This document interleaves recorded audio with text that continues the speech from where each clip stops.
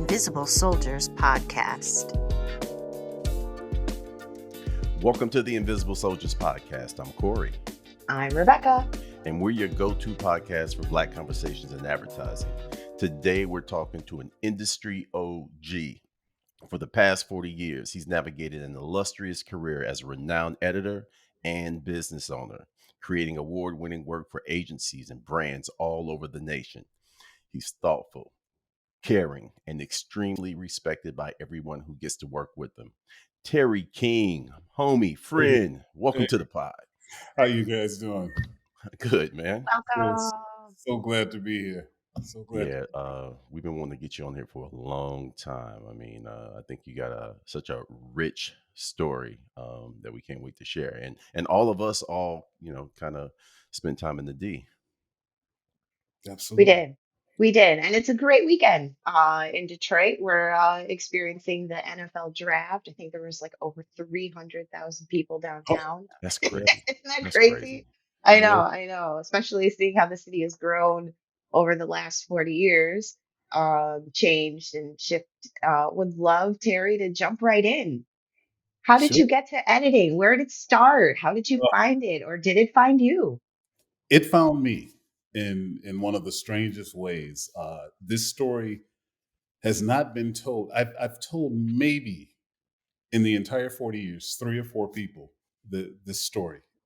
And I'll keep it short as I possibly can.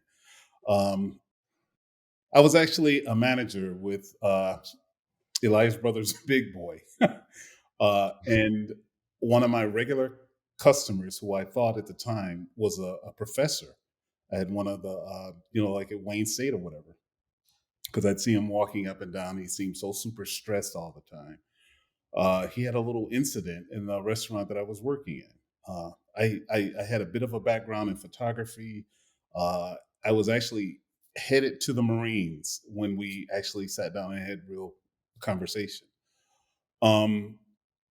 Turns out he had a little incident in the restaurant one particular day. He was with his daughter, and I helped him out greatly without getting into too much detail. And he just asked me at one point, he says, "Are you happy with what you're doing?" I said, I was. I thought I was going to end up owning 15 restaurants or whatever. But it doesn't seem to be headed that way. So I'm actually headed to join the Marines, And he said, "Before you go, why don't you just let me show you what I do for a living and see what you think about it?" I said, "Okay." I raised an eyebrow because I didn't really know this guy well, but I thought I'd go with him and see, what was up, see his office. And when I went into his office, I had only read about or heard about what I saw. It was Detroit's largest, at the time, post house, or I should say creative editorial house. And they were actually cutting film on moviolas and flatbeds. And I was totally amazed. I'm trying to make a very long story here short. I was totally amazed by everything. And he said, "Look, if you're interested, we can start you out as a runner and see what happens." And I was so interested that I actually worked nights at the restaurant and days at Image Express to see what I could make happen. That was the name of the company, Image Express. And the gentleman's name that got me into the business, his name was Lee Lipner. He was partners with Bill Riss. And I was I was actually running tapes around town, film at that time around town, running back and forth to labs and everything. And in the meantime, I was asking, well, can I do this? Can I do that? Can I do this? I was just grabbing at everything I could. And I guess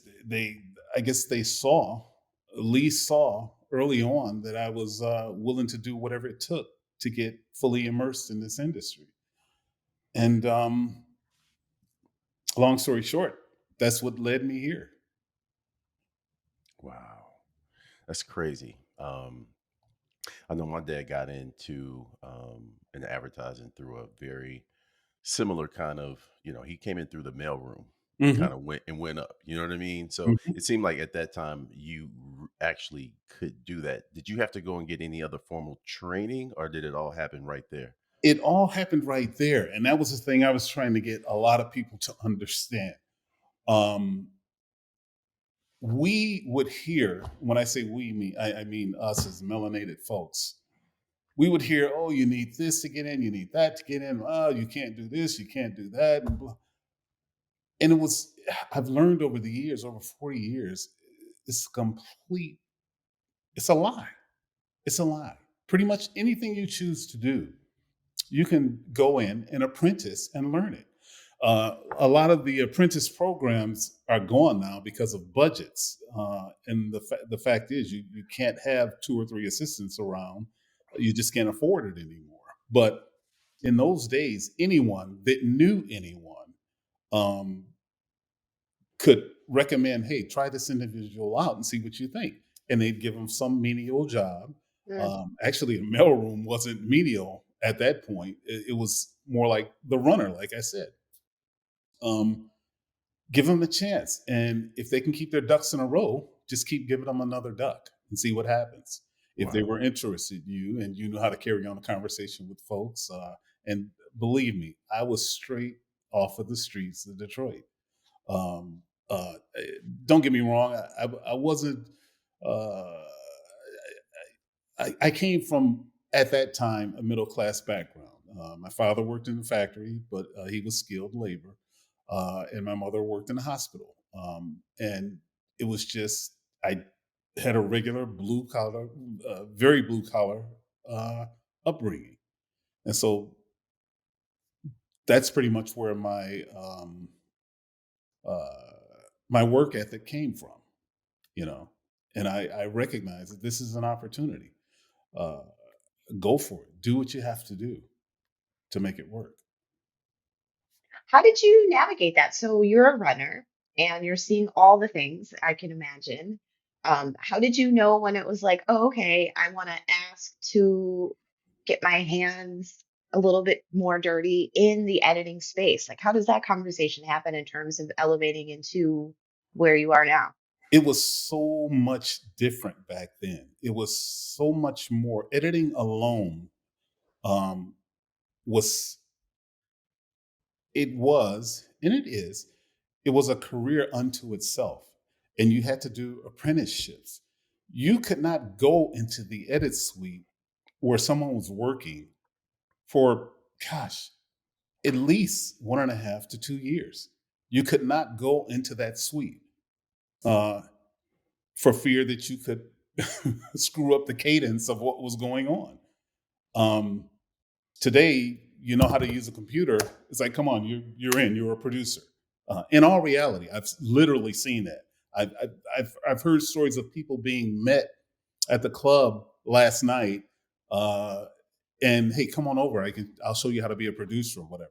It's like, wait a minute, you know, where's the apprenticeship? But in those days, to your point, um, you had to apprentice at different levels. So from me running film around town, getting lunches, uh, uh, taking out the garbage, uh, just just being a sort of a fetch it.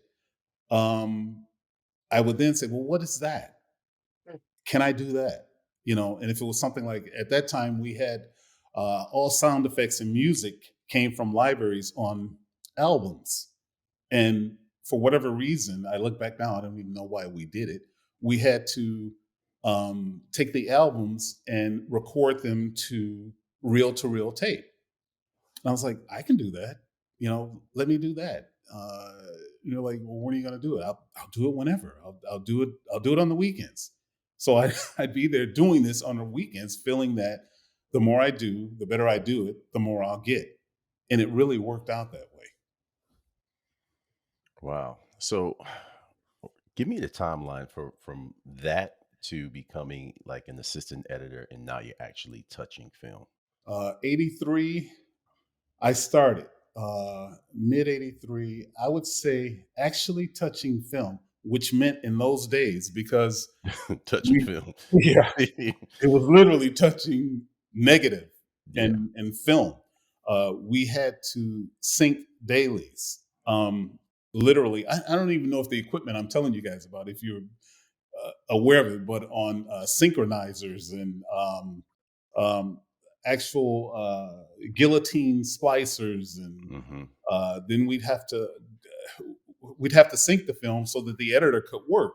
There was a roll of positive film, and there was a roll of mag track um, for the audio, and these two were um, uh, you'd put them on the table so that the editor could be ready to go, but you weren't around when clients were around. So that was the first thing you'd get into. You'd learn to sync daily so you could help the other assistants. So you were essentially an apprentice assistant. Okay, you Got were no longer a runner. right. You did that for a while. Okay. Then the next step would be you could touch the negative, which was, oh my God, that was the most nerve wracking thing ever, because that was your shoot. It wasn't like today. You have a hard drive here, a hard drive there, a copy of that hard drive. It's already been laid off to someone's storage system. Today. There's always a backup somewhere, Yeah. and if there was a mistake in the shoot, you could fix it in post. Well, in those days, the mistake, if it wasn't on the shoot, the next place it could happen would be in the negative, because you're handling the actual negative where you would then do the video transfer from. But you would have to clean that negative, or actually, you had to cut the negative to then create these rows of selects, which you would then go and um, uh, transfer in video. I sometimes in post, I'll still say, "Have we have we gone into transfer yet?" And people will look at me like, what is he talking about?" Which Mm-hmm. we now refer to as color. And Right. there's so many Right. different things I'll mention that people are like, "What the hell is he talking about?" But it's stuck in my head. Oh, and I did skip one uh, important little process that we would do. Uh, Today, when you guys screen dailies, everyone's at home or whatever. There's a link they can go to get dailies or whatever. In those days, the edit suite actually had a projection booth and a screening room, Oh wow. and you had to learn how to use the projector for Mm-hmm. 16 and 35, Yep. and you had to learn how to quickly change reels, both the mag and the positive, or the mag and the work print, to show to screen the shoot. It was crazy, man. God, I've got stories about that. But it was very interesting. But that was another interim step that you would do as an apprentice editor, getting to the point of being an actual assistant. And it was dirty, right? I got a chance to go in and see it done. Hmm. When I was in high school, my dad said I was thinking about wanting to be an editor. It scared the hell out of me, man. Just to see the amount of stuff, and the guy was just reaching down on the ground and grabbing stuff, and yeah, it was Yes. crazy. Yes, yes. It was way different. Oh my God. You in that where he was reaching down, in some cases, he would have cut off 2 frames or whatever, Hmm. put them back up on the clip in the film bin, but inevitably, if the assistant is grabbing another long roll that's labeled, everything's got to be labeled as you're working. And that clip got knocked off, and he didn't notice it would fall in the bottom of the bin, and it's like, if someone, well, let's go back to that original version, and you have everything but those 2 frames, and it's like, where is it? It's like, and you be this mad search for that, for those 2 frames or whatever. It was a very, very extremely stressful job for everyone involved. It Yeah, was I bet. just, oh my God, there was no, you had to be so incredibly meticulous. Mm. There was no fix it in post, you know. You talked a lot about the specifics, the tangibles of, working with your hands in that role. But what was it like from an environmental perspective? Like you're in this space. Are you the only person of color? Are you the only Black man there? What was it like being there beyond just the day-to-day working?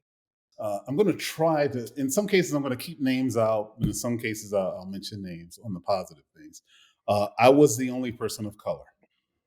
Absolutely. And actually, outside of myself, the only other person of color that I knew, one was Sheila Minatola, a couple of years in, and also a gentleman by the name of Joe Wright, who was a producer for DMB&B. At that time, it was called DMB&B. Outside of that, I cannot remember uh, at that specific time. I cannot remember. Carlisa Williams, who's not in the business at all anymore. Outside of that, I can't remember another person of color. And it was, for me, my boss, Lee Lipner, at the time, he was an extremely liberal guy, very much so. I remember once, and all of these aren't racial situations, but some were. Like I said, I'm straight off of the streets of Detroit, and a lot of things that the culture did, I didn't grow up with, and this is going to make me sound like a nut, but it, even to the point of you come in on a Monday morning, and my thing is get to work, and it's like people would ask me, "What did you do this weekend?" I'm like, "What did I do? What did you do?" It was, for me. It just wasn't. And I know this may sound strange to you guys because you No. brought up in a different time, probably in a much better. I shouldn't say better, but different situation than I was brought up in. And it's just you just unless you really knew someone really well, you just weren't as open. These were the people I worked with. I had come to know a couple people, and they were like, I'd consider them work buddies or whatever.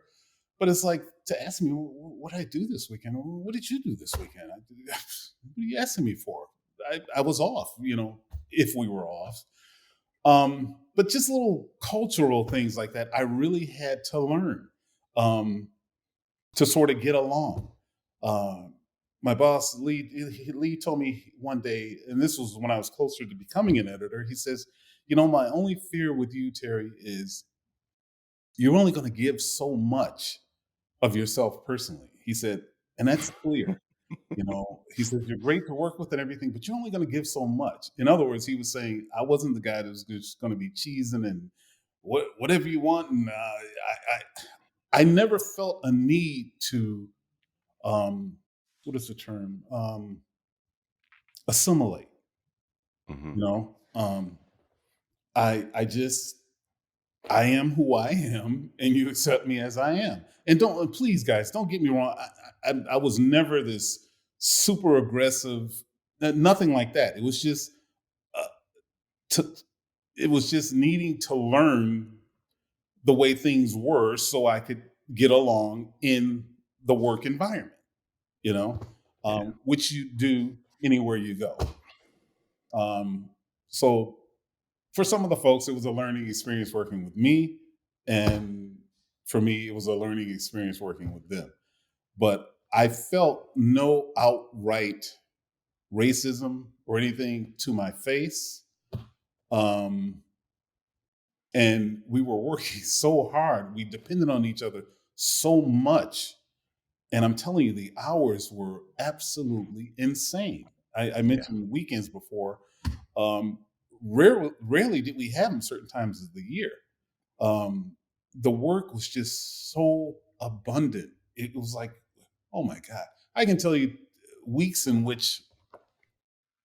end, in which we literally started 9:15 in the morning, and we wouldn't leave till 1:32 in the morning, and you'd have to be back at the same time again, because that's when the client came in. And you worked with them all day, and then they gave you a list of things they wanted to see in the morning. So you had to do them.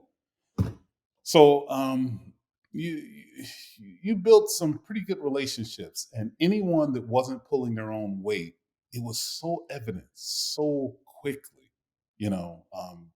so you had to do what you had to do to learn it and do it properly. Yeah, we work in an industry that runs largely off of reputation, right? Mm-hmm. And what was there a project that you remember that was like the breakthrough thing that put Terry on the map? Is kind of like, okay, Terry's a serious editor. He's somebody you want to start requesting instead of ending up with him. Mm-hmm. A specific project. Oh, yeah, I know. I was still considered an assistant, and uh, some of the folks I mentioned clearly have passed on. But we were so busy, we had extra rooms on this particular floor, and this was at a point where we had gotten into. I'm trying to think, were we still cutting film then? I'm pretty sure we were still cutting film. And back in those days, if you go back and, and look at a lot of commercials, every shot there's a dissolve, you know. So I said, what if we try waiting for a point where you just feel like you should cut and cut. Don't do a dissolve. And the creative director at that point, he looked at me like, what are you talking about? You got to dissolve to the next shot, which at that point was a grease pencil X. And the head of production at Campbell Ewald for Chevrolet, Dennis Plansker, dear friend of mine, his son's a dear friend of mine today. He says, no, wait a minute, let's look at this. And we thought about it, and I said, and I was nervous as hell. I'm not going to lie to you, but I just felt that. I said, you just wait to the moment where the film sort of tells you to cut, because I had been playing with a lot of things on my own. It's just a feeling, you know. It's not. It's nothing technical. It's nothing you can really explain. But there's a moment where that piece of film will tell you when it's time to go, you know. And we did it, and the whole spot came out like that. It was all cuts, and that was like, this guy there must be a little something. And I overheard another assistant at the time who they were trying to get into cutting. They were pushing stuff on this individual. And they were like, you know, I can't, I don't get it. I'm not getting it. It's like Terry, you know, he just knows where to cut. He just, I don't know, but I'm not getting it. I don't know what I'm going to do. I just never forgot that. I was like across the hall in another room and I heard this, you know. Sometimes when you have a gift for something, and this is something I would have never said 10 or 15 years ago, you don't know it. It's so normal to you, and we all just overlook our gifts sometimes. And that was one of my gifts, the the rhythm behind the cut, you know, and not always depending on the music first. There's a flow to the imagery, you know. No matter what time we're talking about, now, 20 years ago, 40 years, there's a rhythm and flow to what you're putting together, be it 2 shots, be it 30 shots. So after that point, not far from that point, another situation came up in which I was assisting a gentleman in the industry now, that he, I don't know, the clients who were Bill and Eileen Leslie. They were cutting a road racing film with Bob Bondurant, who just passed a couple years ago. He had set the world record for the oval at Indianapolis 500, and they said, "Why can't we work with Terry? Let's work with Terry," because they just weren't liking the editor that they had. I'm like, "What?" And we were cutting 16.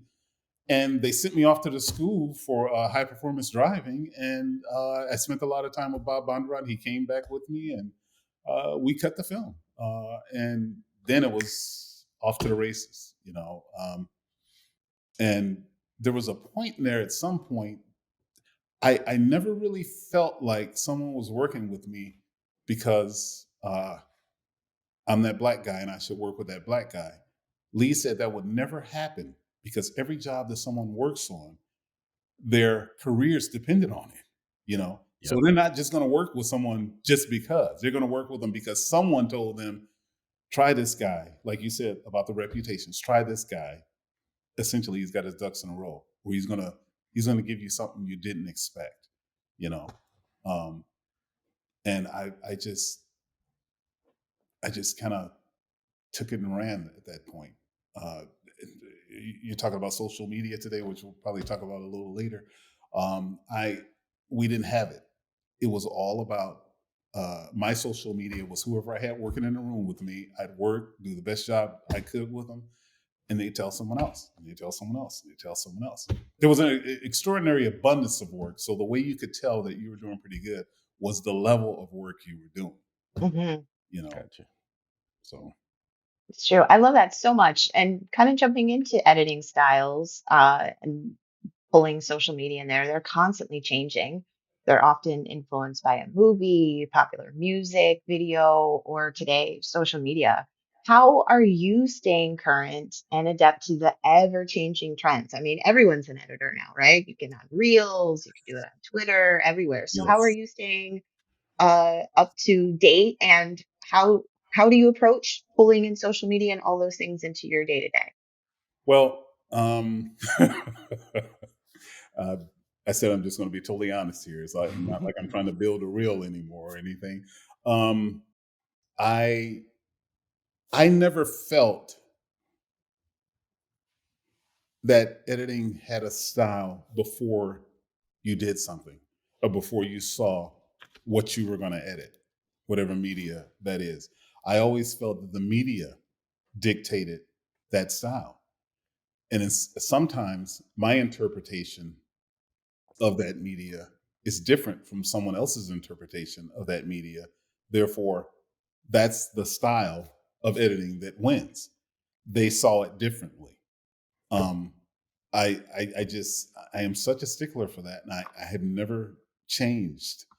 Um, I I just always felt that where is this media gonna take me, and where can I take it without diluting whatever its message is supposed to be. But I always felt that um, whatever you're doing, it should invoke something. I don't care if you're working with 2 scenes that you have to put together or 60. In that, what we do involves commerce, advertising. Um, what is it the client wants to uh, depict here? What do they want you to feel? Um, and you look at it a number of different ways. Maybe you need 2 shots, maybe you need 60 shots in a 30-second span or in a 60-second span, or these days in a 6-second span. You know, it's all so I've just never that was one term I've never really liked, editing style. You know, it's I go for more I accept shooting style. Yeah. Um, but for me, there's always been a hierarchy to what's going on. And capturing the media comes before putting it together. So and it's really a collaboration from that point on. Some directors forget it's a collaboration. Some editors in the early 80s, I think they started this, or mid 80s. No, I'm sorry. Mid 90s, I started to get bids with, show us what your approach with this will be. Mm. The fuck are you doing? I don't know what the approach is going to be. Send me the film and I'll do what I've done with everything else. I didn't, everyone wanted to make each step along the way this standalone process. When it's from the point when you guys start getting, you get from your client, we need to sell this vehicle and it's based on this. Um, that's where it all starts. And then you get a production company because you like the way this guy shoots, and you go out and you shoot with him. Then it comes to the editor. But we're all collaborating all the way because I'm sure, Corey, you can't speak on any one, maybe two director's cut that could go to air, you know, because Yeah. that's not what the client is buying. Different vision. Yeah. Different vision. We Yeah. can do it, but we can go all out and do this wonderful, wonderful cut. But the client's like, the first thing they're going to say is, "Where's my car? Where's my pickles? Where's my pop? Where's my Coke? Where's my whatever the case may be?" That's what they're interested in. So you have to be able to look at it from any number of any different number of ways. Speaking of that vision, though, I know a lot of agency people can, they get into an editor suite and they kind of take the ball out of your hands a little bit, right? Like they don't give you the levity to go in and try things and really try to like reinterpret what, what's on the board. And I know personally, I've learned, you know, as I matured in my career, I really learned that like there is a spot that you didn't board that's probably in there. Always, And always.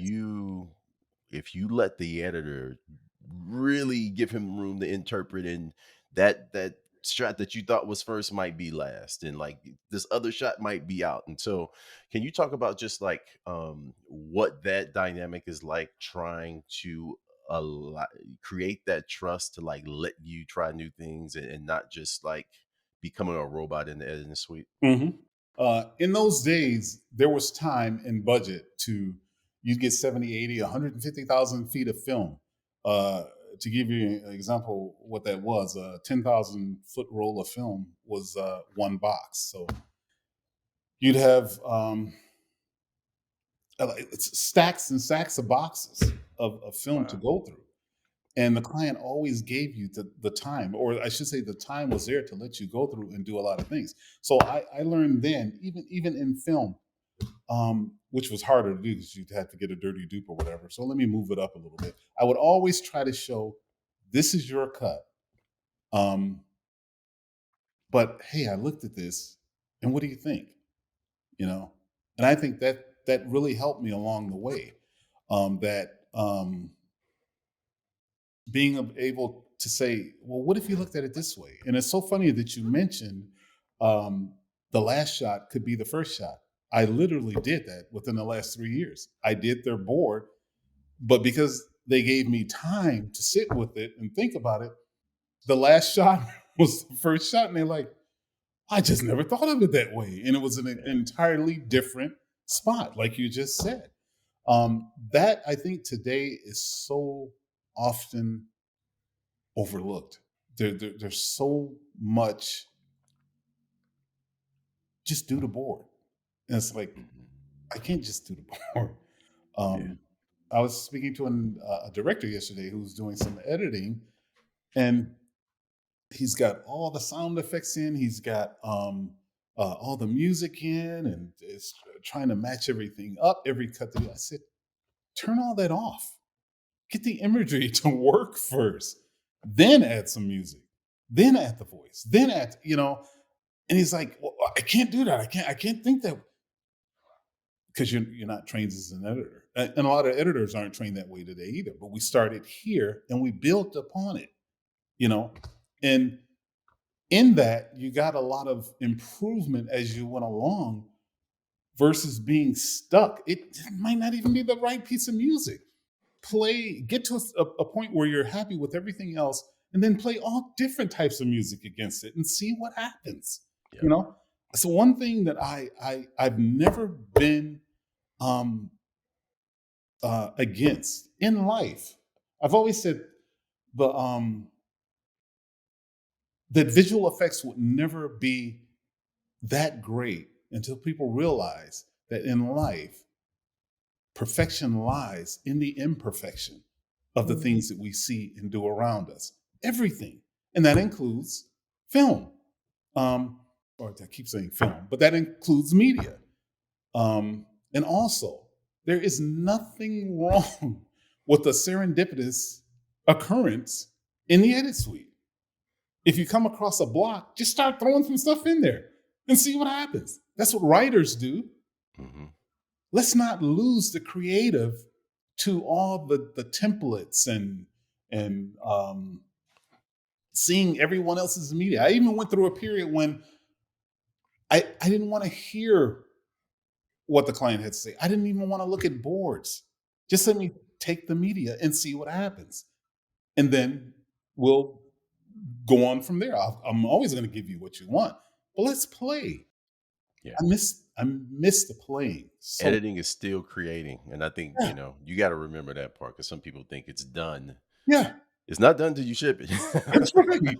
Right. That's right. Not done till That's you ship. right. I admired the guys over at well, I don't want to name any specific agencies, but there are a couple of agencies that people, oh, here they go, they're going to want to change this, going to want to change that. I'm like, let's go. Uh, you think you can wear me out? Ain't gonna happen, because I want to know too. you Yeah, know. yeah, yeah. But with that particular agency, I learned at some point, somewhere between 28 and 32 versions, we were kind of back to square one. Oh man. yeah, It's a fact. It's a you fact. know. Yeah. Yeah. So you went from editor to partner to owner of your own post house, Territory Territory Post. Post. Yep. Yeah. Yep. What was the motivation to go from artist to businessman? Uh, the original motivation was the original partners that I were with were at war, and they ended up breaking up in a nasty split. And someone said, "Hey, what if we did this? What if we got together and did something?" I was like, I don't know. And we did it. We did it, and it was a lot more capital intensive to do it in those days. This was in '93, and it was originally STS Editorial. Um, it was much more capital intensive, and I was the breadwinner, because I had an incredible following, always busy, just always busy. Uh, there weren't really many slow times back then, but as we got into the '90s, things began to change. But I was still the breadwinner, and over time, things within us began to change. So I wanted to. There were three partners, and I wanted to lose. I didn't want to build. We were moving west. We were adding an office out west, and I didn't want to go into that with three partners. That I was going to have to. And I'm just being honest here. Split everything three ways when I was doing the most of the work. So I offered to buy one of the partners out, and then it was just two, and then a little later, and I guess what I'm saying here, you said, what is the reason? What was the impetus for it? Look, I was an editor, and I was just working, working, working, working, and it was good. I was making what I thought was decent money and everything, so I just worked. And when things come up in my life, I just sort of dealt with them. I made a determination. Well, this makes sense, or that makes sense, or whatever. Um, so as time went on, I actually got involved with a large company here in town, because things got really pretty lean, as they do in this industry. There's quite a bell curve of when things are good and when things are bad. Now, back then they were always good. It was always up here. Um, but there was really one of those dips, and you're paying a bunch of people a lot of money, and there's not a lot of income coming in. So I got together with a large company here in town, which I was under the impression they were going to help out with the West Coast office and help me build more offices. And no, that wasn't the case. I could be wrong, but I think part of the desire to partner closely with us on me becoming a part of them was the minority market, the minority certificate, and I I knew that couldn't last. So after I got into it for quite a bit, for quite a while, for a year or two, I'm beginning to think, how do I get out of this? In all Mm. reality, because I didn't like it, and no one outright disrespected me or anything, but it's like the microaggressions every day, constantly, my entire life. No matter what I do, there's a constant microaggressions every day.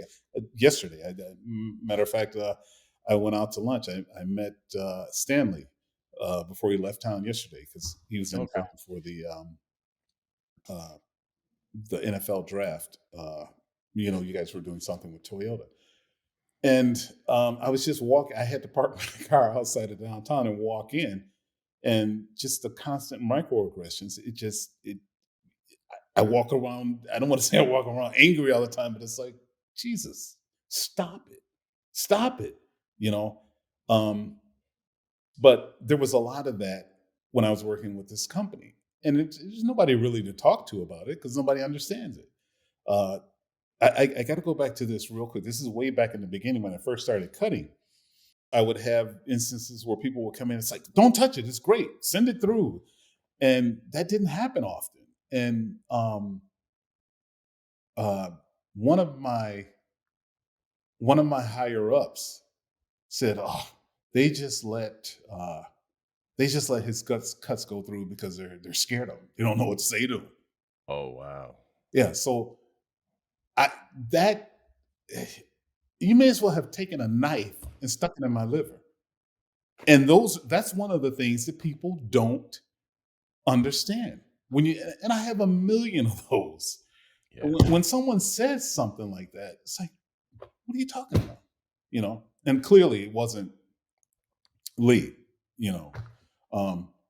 And I'm like, why would you say something like that to someone who is making hundreds of thousands of dollars for you, literally? Because I knew what I was getting paid. And in those days, we didn't have producers. The editor and the assistant handled the job. They handled everything. Here's your budget, and this is what you got to do. So we scheduled, we did everything. So I knew what was going on, And don't get me wrong, I was making pretty damn good money, But it's like things like that. There were those situations, many of them. But you became full owner of territory. Yep. The I'm trying to think of how much should I go into here. I was kind of surprised because when we were signing to partner with this large company, there was a little something going on at another table, and I'm like, "What are they doing?" And it turns out it was they were buying the other partner out so that they were only partners with me. And no one had discussed that with me. I thought I was going in with my other partner. We were going to be this standalone thing within this larger company. And I was really surprised. It was against our operating agreement, the whole thing. But I'm like, whatever. But I got to tell you, things work out. They tend to, if you do what you do and you do it well, things tend to work out for you. Because that's how I got into not only just being the sole owner, because that super large company fell down around us. And this is after we were in the building over in Ferndale. And I just kind of went back to my roots and said, let them fall, and I'm going to continue. I'm going to pay the rent here and continue.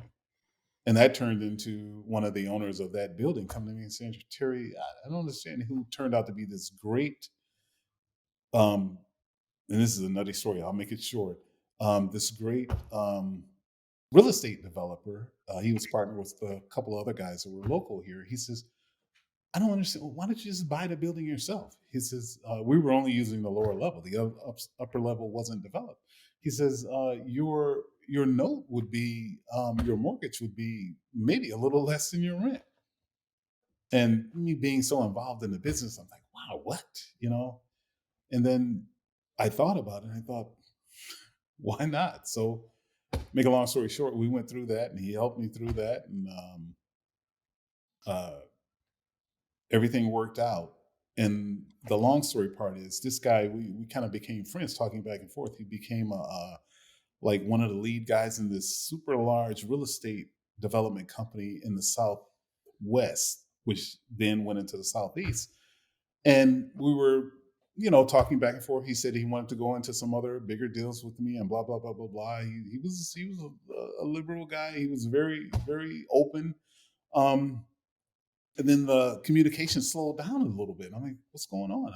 I'm not a pusher, as you know, Corey. I'm not one that's going to be bugging you all the time. Because I feel like if something's right, it's right, and it'll happen. And I finally got a communication from him on the day that I mean, literally that day that I had signed a purchase agreement for the building. Because, as you guys know, office space isn't as desirable as it once was, brick and mortar, because of COVID and how things are done today. And he says, hello, Terry, this is so-and-so. I hadn't been in touch with you for a while, blah, blah. I'm terminally ill, but I want to do this wing for this place in Texas. And it was a hospice that he was in. He was still a busybody wanting to do things. And I was wondering if you could, I've been calling all my friends and wondering if you could donate to this cause. And this is one of the reasons why I say, I know you hear like Oprah and folks like this say, there's somebody talking to you. It's true. When I went into getting that building, he talked me into it. And the return was so incredible. I'm like, sometimes I almost felt like I didn't deserve this. And that was before I even sold the thing, you know? And then when he asked me for something, it was so minuscule in comparison that I almost had tears in my eyes, that it was that day that I had signed the purchase agreement. And I went into Donnie, my business manager. I said, and she's very tight with money. I said, I got to do this. There's no question. I got to do this. And I did. And and he passed away, I'm literally a month or two later, you know. But that was just another one of those instances that lets you know, don't be too noisy trying to be in control of what's in front of you. Because what's going to happen is what's going to happen. You can plan to an extent, but there are things, I don't know what they are. I'm not a very religious person, but I love to just listen sometimes. Some folks say to the ancestors, somebody is looking up for your ass, each and every one. For sure. If you're treating other people right, it's an interesting life. It really is. This reminds me of the many conversations we've had in sessions. Last question. At this point in your career, the landscape has changed for kids coming into the business now. There's a lot more content out there for Black editors to be editing. What advice? It could be technical, it could be social, whatever. What advice would you give a young Black editor right now, entering the industry? Well, for one thing, if I had any regrets about the whole thing, about my entire career, my past career, is that I didn't get more socially involved. I did the work. I had a blue collar work ethic. I'm here to work. I'm going to work. And then when I go home, that's me. This I'll work 18 hours straight, but when I go home, that's me. Okay. No, I didn't want to go to this function or that function, but don't get me wrong. I did go to vocational centers right downtown Detroit. There was a place called Go Lightly Vocational Center. I made it a point to go there at least yearly and do a presentation. I would laugh with the kids. How much money do you make? And all this kind of stuff. I enjoyed that. And whenever I had an opportunity, I'd bring someone in and let them work with me and sit with me, things like that. So more one-on-one stuff. But as for joining the big committees, and I was just never one for that, because I'm an editor. It's like, let's get to the point. We need to do this, so let's get it done. And all the other stuff, I just wasn't good at it. Or I told myself I wasn't good at it. I honestly feel you can be good at pretty much anything if you put your heart to it. But I think in order to be successful today, you have to be people, your Instagram account, your Twitter account, or whatever. Everyone looks at it and they go into it to see what you're about. You know, me personally, if you went into mine, there's not that much in there because it was never a conscious thing. I just never felt,